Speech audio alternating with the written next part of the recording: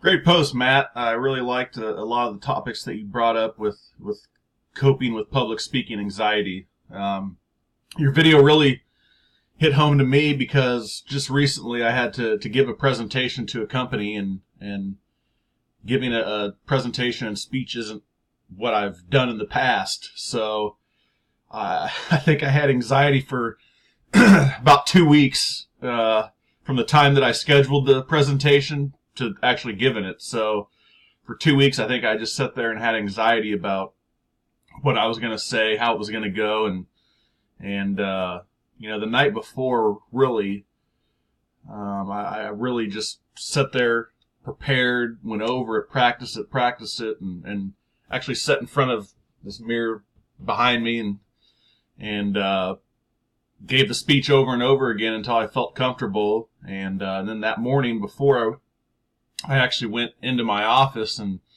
grabbed three different people 3 different times and had them sit down, and I gave the speech to them to kind of calm my nerves. But I was nervous every time. Walking into the building where I was giving the presentation, we sat down and I kind of like what you described. Palms are sweaty, got cotton mouth, and one of the guys asked, "Hey, would anybody like anything to drink?" And so I was the only one out of everybody that said yes. And as soon as he handed me that water bottle, I took a drink and just kind of